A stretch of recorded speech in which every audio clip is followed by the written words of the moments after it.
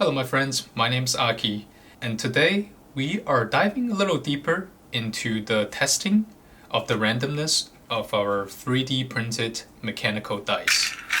If you caught my last video, you might remember that I rolled the dice 120 times to test its randomness, and it turned out the dice is actually pretty fair. I was really surprised by all the feedback you guys gave me in the comments. Some of you have really clever ideas on how we can test this even more, so thank you for that. Now, I know some of you still have some doubts about the randomness of the dice, like how the timing of the pressing and the releasing of the dice could affect the result. So in this video, I'm taking it a step further. Instead of rolling it 120 times again, we're going to roll it 1,200 times. So more rolls usually means more accurate result. So I'm curious to see if we can get the same outcome this time. We are also going to run a chi-square test at the end to really see if the dice is random. And this time I'm doing a couple of things differently. First, I printed a clear backing for this dice so you can actually see how the disc spins. I hope that gives us a better look at what's happening from the inside. Second, I'm using a Excel spreadsheet to keep track of my rolls. So let's be honest, if I try to count by my hand and write it down on paper, I probably lose track and have to start over. I'll try to explain it clearly, but if you want to check out my work, feel free to go for it. The first row right here has the dice value from 1 to 6, since those are our possible outcomes. And whenever I roll a number, I will put a 1 underneath it. For example, if I roll a 3, I will put a 1 underneath it. If I roll another 3 again, I will also put another 1 below the 3. And if you notice on the right hand side, I've also got a column to keep track of how many times each number has comes up. So we have 2 occurrences for 3 already, and this keep tracks of it. And if we roll a 4, it's going to show up once for 4. By the end, the total roll count should hit 1,200, since that's how many times we are rolling the dice. And this should show up 1,200. So I hope all that makes sense. Oh, and before we dive in, if you're enjoying this kind of content, don't forget to like and subscribe.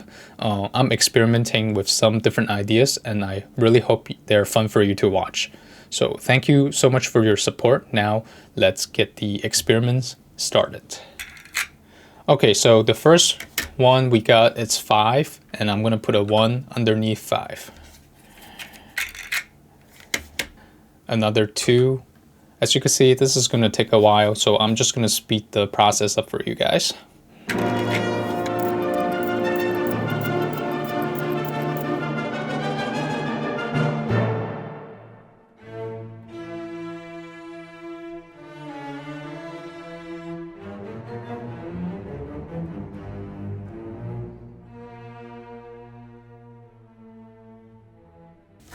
Alrighty, so it took me just over an hour to finish all 1,200 rolls, and my fingers are totally numb and freezing right now because I haven't turned the heat on yet, and it's only 40 degrees outside. But hey, we made it. So after rolling dice 1,200 times, here is what we found. And I also added a column to the right here, called it the frequency. This shows how many times we rolled each value and divided that by the total of 1,200 rolls. So for the value of 3, 4, and 6, they all showed up about 19% of the time, which is a bit higher than our expected 1 in 6 chance, and that's roughly about 17%. So 19 is higher than 17. And the value 2 and 5 came in slightly lower at 15% and lower than our fair value. And the value of 1 only has a 13% chance of occurrence, and that's the lowest out of the all 6. This is pretty interesting results, right? I also plotted the chart out here at the bottom of all the occurrences just for you to visualize it more easily. So as you can see, 3, 4, and 6 has the highest chance of rolling, whereas 1 has the lowest. But overall, they look pretty even, if I have to say. Again, our hypothesis is that out of the 1,200 rolls, we should be getting close to 200 occurrences for each dice value. So 1, it should be around 200, 2 at 200, because like 200 times 6, that would give us a total of 1,200. But as you can see right here, that's totally not the case. So what's happening? To further look into this problem, now I'm going to do the chi-square test. Okay, so here's the deal. Using the data we collected, I asked ChatGPT to calculate the chi-square test for us because I just don't feel like doing the math today. Keeping the same degrees of freedom at 5, since it's a 6-sided die, and using the critical value of 11.07, just like last time. And the results were pretty shocking to me. Our chi-square value came out to be 29.86. So here you go. Critical value of 11.07, just like last time, and our x squared is 29.86, which is way higher than the critical value of 11.07. This tells us that the 3D printed mechanical dice isn't as random as we thought from the last video where we rolled it for just 120 times. And if you take a look at the occurrences, you can see how often each value showed up. Value 1 looks like it's very infrequent, while 3, 4, and 6 popped up way more often at 233 and 230 times.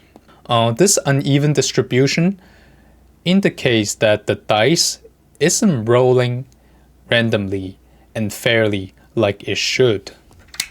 So it looks like the dice is likely to be biased, meaning it doesn't give equal chances for all outcomes, and you can see it right here. Now let me share something I noticed during my 1,200 rolls.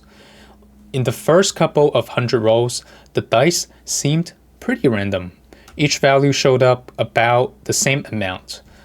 Some would lead a little bit and some would lag, but they all seem to catch up pretty evenly.